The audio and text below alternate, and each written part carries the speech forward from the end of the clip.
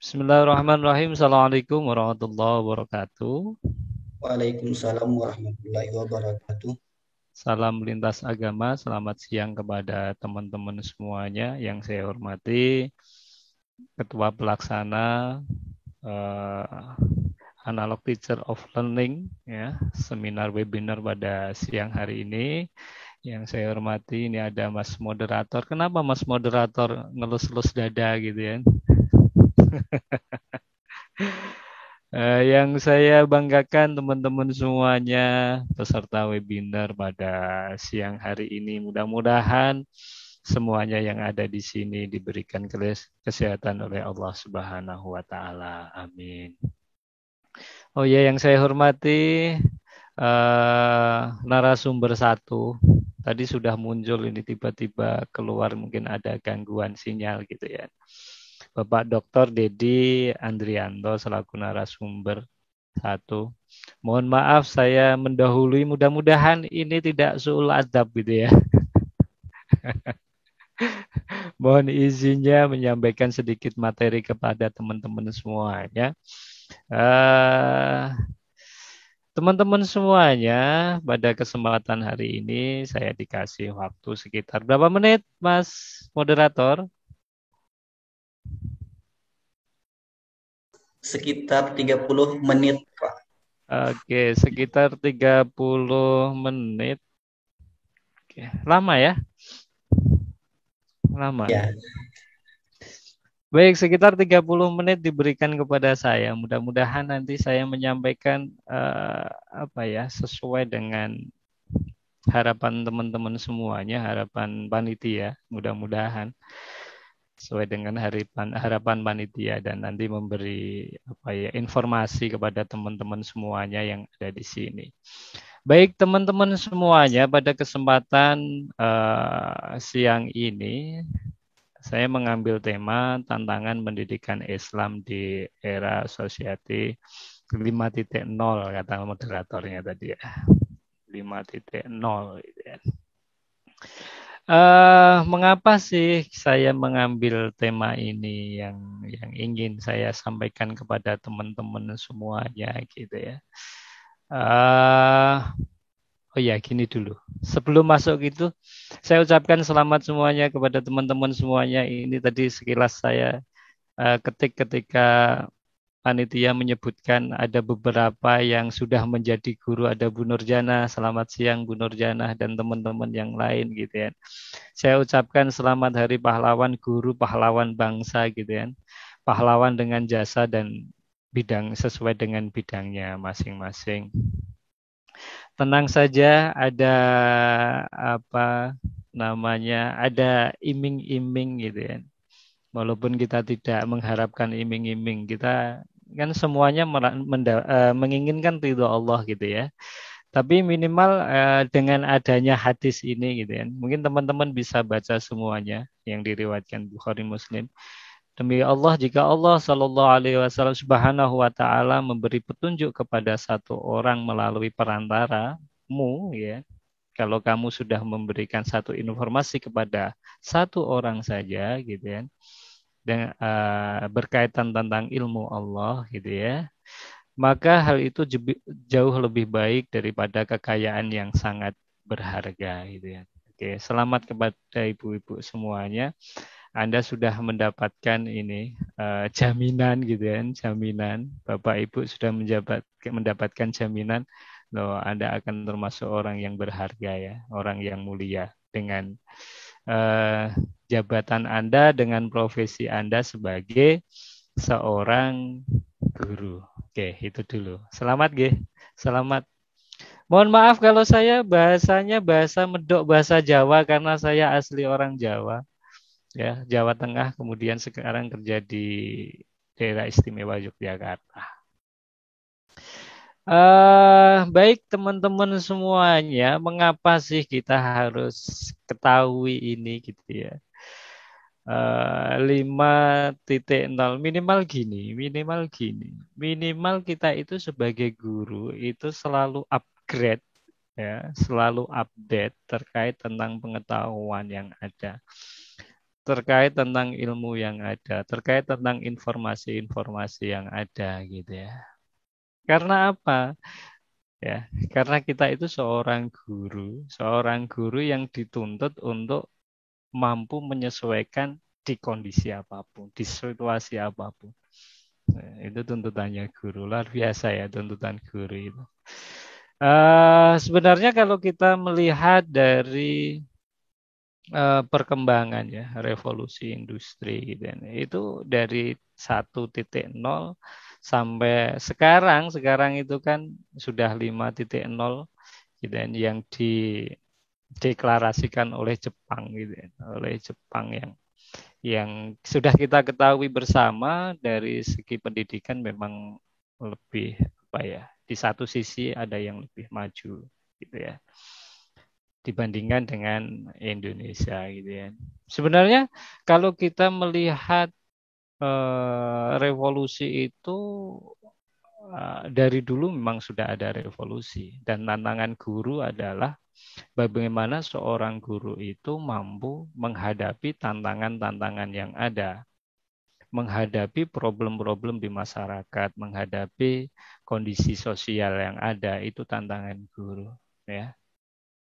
Sosial dari lingkup kecil ya, sosial dalam keluarga, dalam masyarakat sampai kepada global gitu ya. Nah, guru itu harus berpacu ke sana. Jangan sampai guru itu stagnan kemudian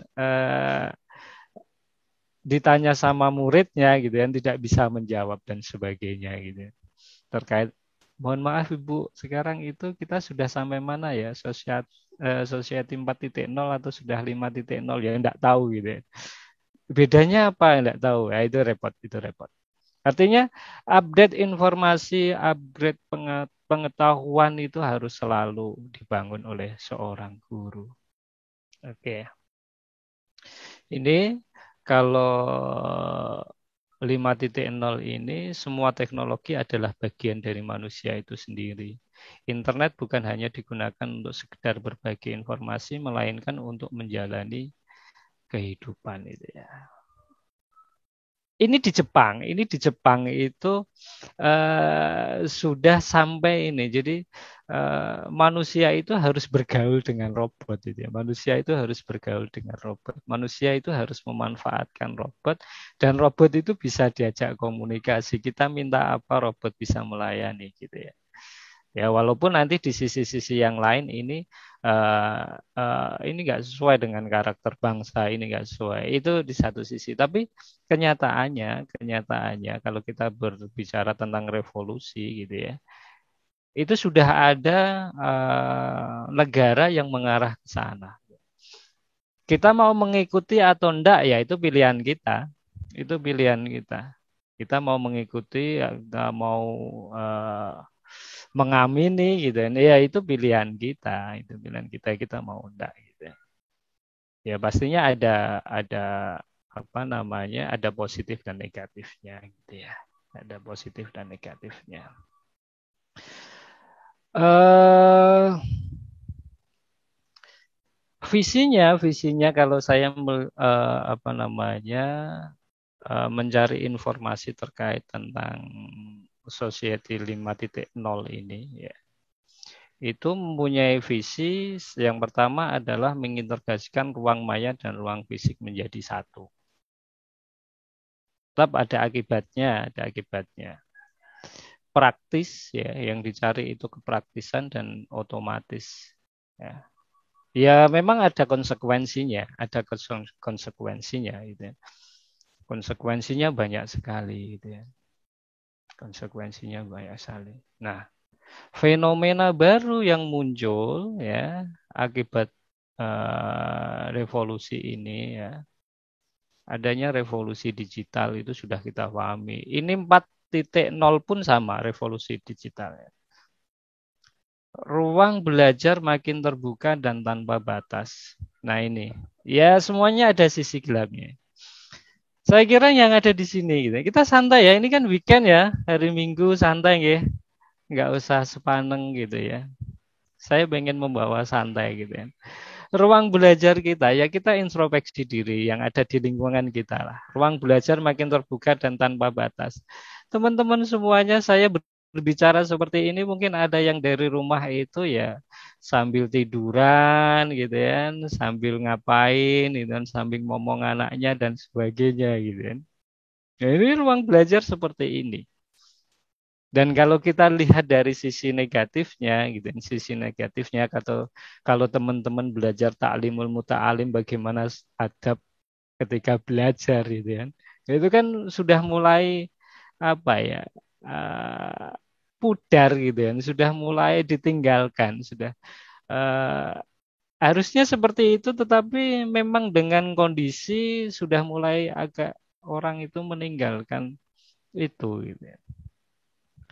Dunia yang terintegrasi hasil konvergensi pengetahuan dan teknologi. Seperti yang awal tadi saya sampaikan. Kemudian adanya disrupsi teknologi dan kemunculan profesi baru yang tumbuh dari kreativitas dan inovasi iptek. Nah, teman-teman semuanya, kalau kita berbicara disrupsi di sini adalah adanya tantangan besar bagi manusia. Tantangannya siapa? Tantangannya itu ciptaannya sendiri. Gitu.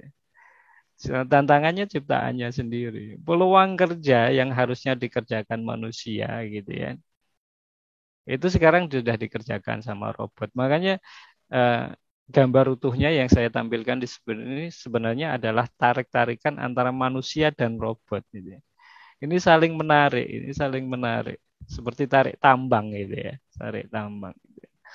Ada beberapa hal yang itu menjadi eh, tugasnya manusia gitu ya. Kemudian itu diambil oleh ciptaannya manusia itu sendiri, diambil oleh robot dan sebagainya.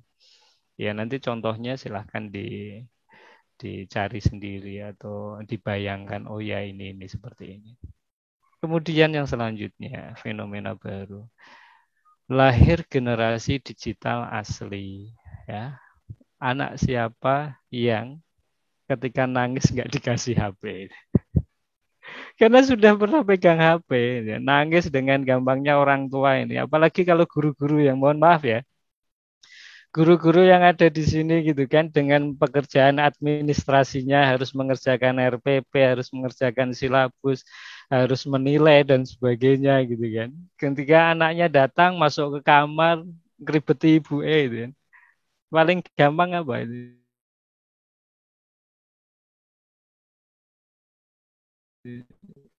Kasih HP. Iya enggak?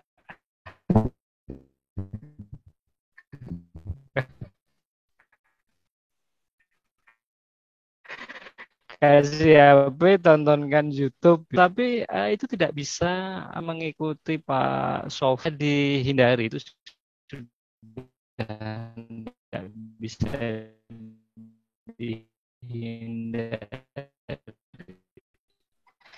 Tinggal bagaimana kita memanage anak kita digital saat ini, ya, memanage dengan kebutuhannya. Fenomena-fenomena baru yang muncul akibat Society 5.0.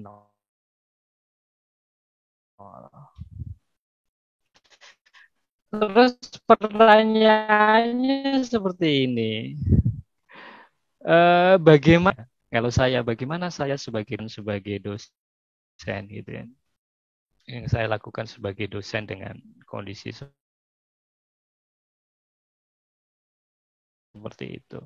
Memang yang pertama harus mampu mengidentifikasi, ya, ya. Kita harus mampu mengidentifikasi. Minimal apa? Mengetahui dampak sosial keagamaan akibat dari disrupsi teknologi dan digitalisasi itu sendiri. Oke. Ini harus kita pahami. Kemudian yang kedua, mengetahui sisi gelap digitalisasi dunia pendidikan itu sendiri. Oke. Itu yang harus kita lakukan pertama, yaitu kita harus mengidentifikasi dulu, gitu ya. Oke. Adanya pergeseran nilai ya, adanya pergeseran nilai terkait tentang akibat apa namanya 5.0 gitu ya. Jadi apa ya? Pergeseran nilai itu seperti apa sih? Pergeseran nilai itu seperti apa? Sudah mulai gini, apa namanya? Ada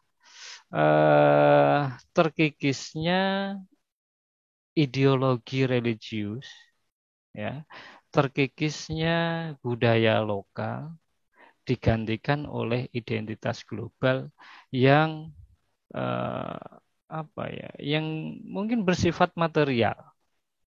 Itu memang sudah terjadi, ya, yang bersifat material. Jadi anak-anak kita gitu ya, mohon maaf ibu-ibu yang anak SMA, anak mulai dari SMP gitu ya. Itu kalau kita melihat tontonannya, Masya Allah, tontonannya TikTok, TikTok gitu kan, kemudian sampai sampai wah saya mau buat inilah. Iya kalau tidak ada yang mengarahkan gitu ya. Kontennya yang penting menghasilkan. Kontennya yang menghasilkan gitu ya. Dan isi dari konten itu tidak dipikirkan lagi ya. Apakah ini memang sudah keluar dari apa namanya nilai keagamaan kita atau tidak ini? Itu. Karena apa? Karena sudah apa ya? Ya itu tadi material yang dibayangkan itu hanya materialnya saja. Teman-teman guru yang ada di sini, teman-teman guru SMP, SMA, memang harus ekstra betul gitu ya, terkait tentang bagaimana kita mendampingi anak-anak kita. Jangan sampai ada pergeseran nilai, nilai yang dibangun para tokoh-tokoh kita, tokoh agama, para alim ulama, gitu ya. Nilai yang sudah dibangun bergeser, gitu ya, bergeser. Kemudian adanya kecenderungan sekuler, kecenderungan sekuler kepada anak-anak kita, ya. eh Sekuler apa-apa pengennya pragmatis gitu ya. Yang rasional dong, iya yang rasional betul itu ya. Tapi rasionalnya kadang pragmatis gitu ya. Pragmatis itu eh, nggak mau prosesnya, yang penting hasilnya gitu ya, hasilnya gitu. Nah ini kan kalau proses belajar, kalau kita menggunakan teori belajar ini kan kurang baik ketika hanya hasilnya gitu ya. Tetapi bagaimana prosesnya, nilai-nilai apa yang diambil dalam proses itu sudah mulai agak ini. Kemudian melonggarnya kerekatan dan solidaritas sosial, gitu ya. Melonggarnya kerekatan. Ya walaupun gini, ini tidak langsung diamini atau tidak langsung diiyakan ya. Sebenarnya melonggarnya kerekatan itu eh, ada dua sisi sebenarnya, ada dua sisi. Sekarang itu dengan kemajuan teknologi ya, dengan kemajuan teknologi, solidaritas sosial ini ternyata kalau berkaitan dengan materi gitu ya, itu tidak bisa diremehkan. Saya lihat anak-anak itu, teman-teman mahasiswa itu ya pintar. Ketika ada yang sakit itu, kalau dulu itu zaman saya itu membawa kardus masuk ke ruang-ruang kelas gitu ya. Ternyata sekarang share nomor rekening gitu kan, itu jumlahnya ternyata lebih banyak ya. Jumlahnya lebih banyak dibandingkan dengan membawa kardus dan sebagainya. Empatinya ngasihnya kalau transfer itu banyak gitu ya, enggak ketika membawa kardus. Tetapi memang ada longgarnya kerekatan di antara individu ya, di antara individu. Sibuk dengan aktivitasnya masing-masing, sibuk dengan aktivitas gadgetnya masing-masing. Itu memang sudah terjadi. Kemudian mengetahui sisi gelap digitalisasi dunia pendidikan ya.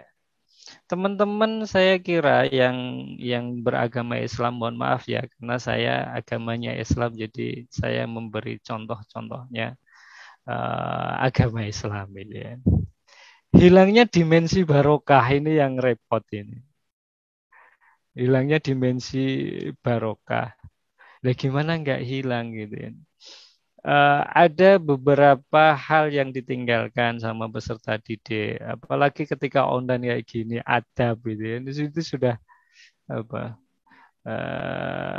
apa namanya, adab itu sudah agak ditinggalkan gitu ya. Adab itu mulai terkikis gitu dan menyepelekan ya, bahasanya menyepelekan, krisis akhlak ya, kelangkaan ilmu yang bermanfaat gitu. Padahal kan kalau dari sisi agama kita menuntut ilmu itu, kita berbuat apa itu apa toh ya, mencari barokah gitu, barokahnya. Saya ingat betul kemarin itu gini, ada narasumber yang mengatakan, ya di acara ini juga yang mengatakan bahwa jangan beranggapan apa yang kita sampaikan itu tidak ada gunanya kalau seorang guru itu. Sekarang sepertinya tidak ada gunanya bagi mereka. Tetapi harus kita yakini suatu saat apa yang kita sampaikan itu ketika dia membutuhkannya di suatu kondisi tertentu itu akan bermanfaat. Gitu ya. Artinya apa? Artinya seorang guru jangan pesimis gitu ya. Jangan pesimis, harus selalu optimis. Oke. Kemudian nih, untuk guru-guru yang lagi galau gitu kan dengan perkembangan zaman gitu ya. Enggak usah galau. Karena apa ya? Karena apa? Ngapain galau gitu ya? Nih, ini surat Al-Imran ayat 140, nanti teman-teman semuanya bisa buka gitu. Watil ka ayyaman wiluha bainan nas.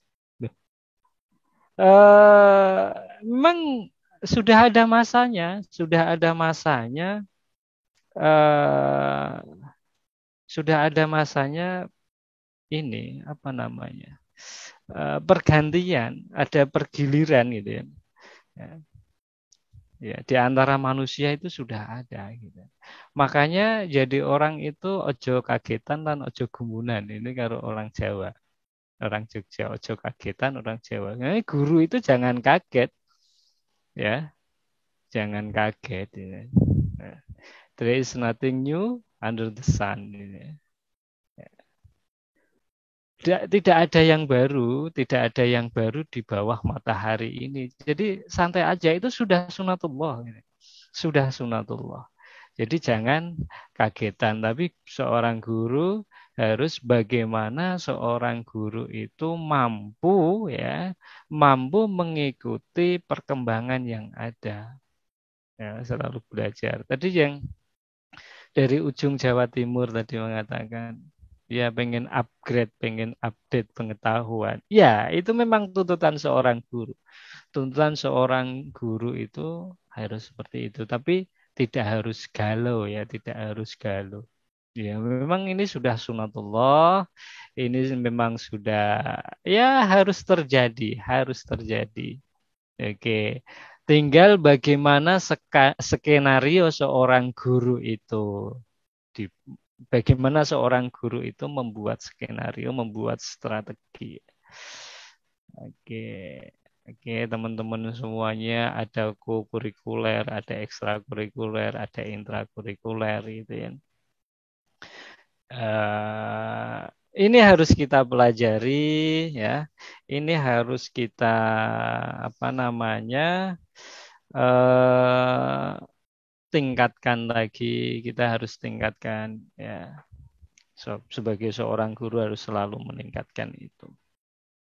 Kalau kokurikuler di sini sifat belajar umpamanya, bagaimana seorang guru itu mampu membuat otonomi belajar.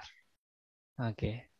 Seorang guru mampu membuat otonomi belajar, kemudian seorang guru mampu berkolaborasi ya, kolaboratif gitu ya. Seorang guru mampu mengambil pengalaman-pengalaman nyata gitu ya, dalam menjelaskan kepada peserta didiknya.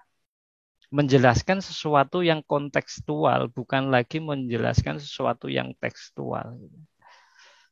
Kontekstual itu antara teks dan realitas itu apa ya, diintegrasikan gitu ya.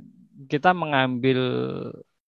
menjelaskan materi pelajaran itu harus selalu melihat konteks yang ada. Konteks yang ada itu seperti apa, kemudian itu digunakan untuk menjelaskan informasi-informasi yang ada di dalam buku itu sendiri gitu ya. Kemudian seorang guru itu harus mampu juga mengembangkan penalaran peserta didik. Mengembangkan penalaran peserta didik. Diajak untuk berpikir, diajak untuk menggapai cita-cita gitu ya. Kemudian seorang guru itu harus mampu mengembangkan bakat minat peserta didik itu sendiri. Bagaimana caranya? Nah, bagaimana caranya itu disusun dalam ruang strategi pembelajaran. Disusun dalam strategi pembelajaran. Oke, ini sama sebenarnya 5.0 sama 4.0 ini tidak jauh berbeda kalau dalam konsep pendidikan ya. Kebutuhan pendidikan ya. Oke, bagaimana seorang guru mengajak siswa untuk mengetahui, melakukan dan menghayati apa yang ada yang dilakukan itu ya. Mana terkait tentang nilai. Oke. Saya langsung ke sini. Orientasi pembelajaran yaitu membangun kesalehan individual, verbal, hubungannya antara manusia dengan Allah, gitu kan? Hablum minallah, sekaligus kesalehan sosial horizontal, hablum minannas.